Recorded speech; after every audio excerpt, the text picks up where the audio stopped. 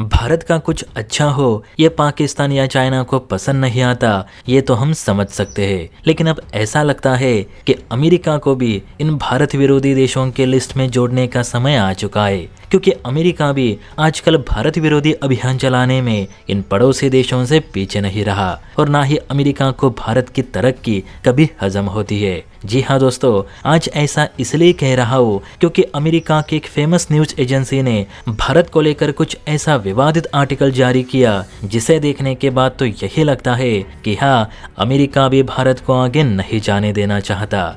दरअसल बात AI impact summit को लेकर है, जिसे लेकर अमेरिकी फेमस न्यूज एजेंसी ब्लूमबर्ग ने विवादित आर्टिकल पब्लिश किए हैं। आप सभी जानते हैं कि हाल ही में राजधानी दिल्ली में भारत का AI समिट पूरा हुआ, जिसमें 80 प्लस देशों ने हिस्सा लिया था। इस समिट के चलते दिल्ली डिक्लेरेशन भी साइन किया गया, जिसमें AI को सोशल गुड के लिए इस्तेमाल करने पर जोर दिया गया, यानी कि AI का ज़्यादातर इस्तेमाल health care, agriculture, education, climate change और डिजास्टर मैनेजमेंट जैसे फील्ड में किया जाएगा। इसके अलावा भारत में अगले 6 महीनों में 50,000 प्लस GPUs लगाने की योजना बनाई गई है, जिससे देश की AI क्षमता 2 गुनी से 4 गुनी हो सकती है। इसी समिट के दौरान 30 देशों के 300 प्लस एग्जीबिटर्स ने हेल्थ केयर, एग्रीकल्चर और एजुकेशन जैसे सेक्टर में AI सॉल्यूशंस दिखाए। भारत ने भी अपना AI मॉड्यूल जैसे भारत जनरेशन परम 2 को लॉन्च किया, जो कि 22 भारतीय भाषाओं को सपोर्ट करता है।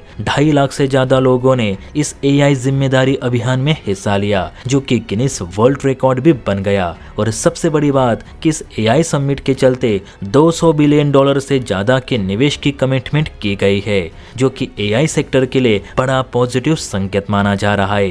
लेकिन ये सब बताने के बजाय अमेरिकी न्यूज एजेंसी विदेशी लोगों को क्या बता रही है, तो स्क्रीन पर आप देख सकते हैं। देखिए, स्क्रीन पर दिख रहे आर्टिकल में लिखा है कि भारत सिर्फ तमाशों के दम पर AI पावर नहीं बन सकता।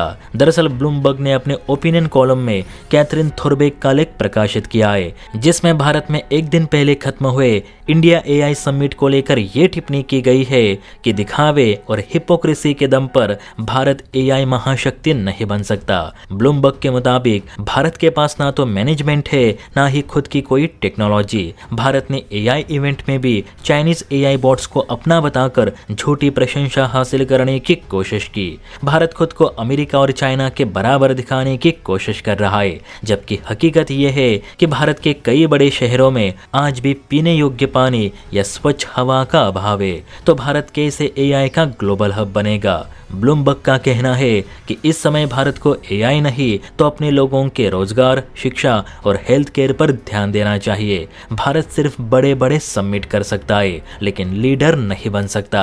अब देखिए दोस्तों, AI समिट में चीनी रोबोट और गलगोटिया यूनिवर्सिटी को लेकर जो घटना हुई, उसे लेकर विदेशी मीडिया ने इतना हंगामा खड़ा किया कि आज AI समिट खत्म होने के बाद भी ये लोग भारत की आलोचना करके भौंकना बंद नहीं कर रहे, क्योंकि इस समिट के चलते भारत में जो $200 बिलियन का निवेश आ रहा है, भारत ने जो अपना खुद का परम 2 AI मॉडल लॉन्च किया, कई देशों ने इस समिट की खुलकर प्रशंसा की, वो इन विदेशी मीडियाओं से देखे नहीं जा रही। माना कि समिट के दौरान मैनेजमेंट थोड़ी खराब रही, लेकिन सिर्फ पहले दिन, बाकी सभी दिन AI समिट में इतने लोग आए कि उसे एक्सटेंड करना पड़ा, यानी कि ये समिट कामयाब रहा और ये कामयाबी ब्लूमबर्ग को हजम नहीं हो रही। क्या आप भी यही मानते हैं कि भारत का AI समिट सच में बकवास था या ब्लूमबर्ग की रिपोर्टिंग ही गलत है?